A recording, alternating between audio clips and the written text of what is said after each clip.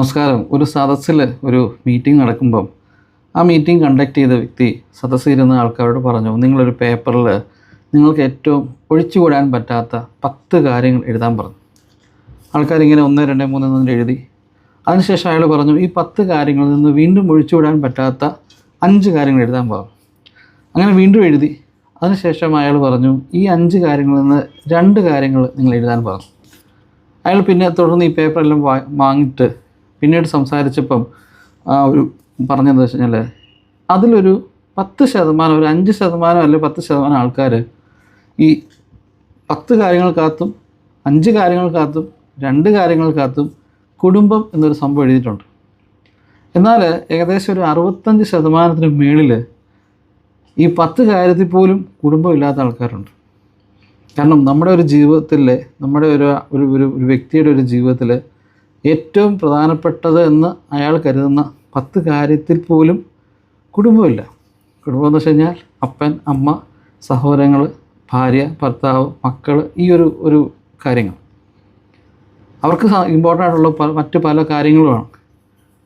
ഓരോ സമയത്ത് നമുക്ക് തോന്നും. ഇപ്പോൾ കഴിഞ്ഞ ദിവസം ഞാനൊരു ഫോട്ടോ കണ്ടു. ആ ഫോട്ടോയ്ക്കകത്ത് ചോദിക്കുന്നുണ്ട്, നിങ്ങളിതിൽ ഏത് തിരഞ്ഞെടുക്കുമെന്ന്.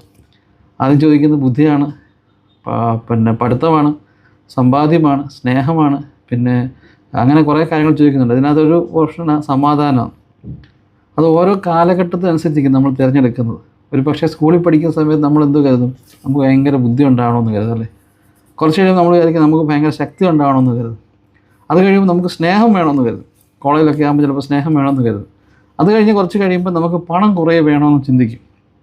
അല്ലെങ്കിൽ നമുക്ക് കുറേ ലക്ഷറി കാര്യങ്ങൾ വേണം, അല്ലെങ്കിൽ ലക്ഷറി വണ്ടി വേണം, ബിസിനസ് ക്ലാസ് ഫ്ലൈറ്റ് ടിക്കറ്റ് യാത്ര ചെയ്യാൻ പറ്റണം, നല്ല ജോലി വേണം, ഇങ്ങനെയൊക്കെ ചിന്തിക്കും. ഒരു സമയം കഴിയുമ്പോൾ നമ്മൾ ചിന്തിക്കും നമുക്ക് ഇതൊന്നും ആവശ്യമില്ല, സമാധാനം മതിയെന്ന്.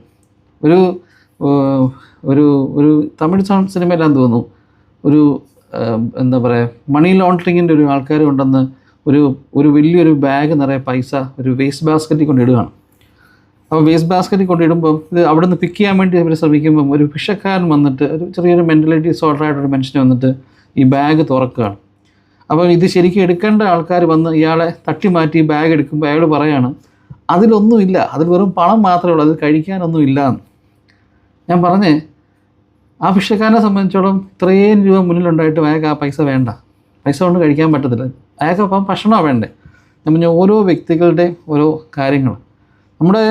എൻ്റെ പേഴ്സണൽ ഒരു ഒപ്പീനിയൻ പറഞ്ഞു, നമുക്കെപ്പോഴും ഒരു 5ലും 2ലും നിർത്തിയില്ലെങ്കിൽ പോലും ജീവിതത്തിലെ ഏറ്റവും ഇമ്പോർട്ടൻ്റ് ആയിട്ടുള്ള 10 ഐറ്റത്തിനകത്ത് കുടുംബം ഉണ്ടാവണം.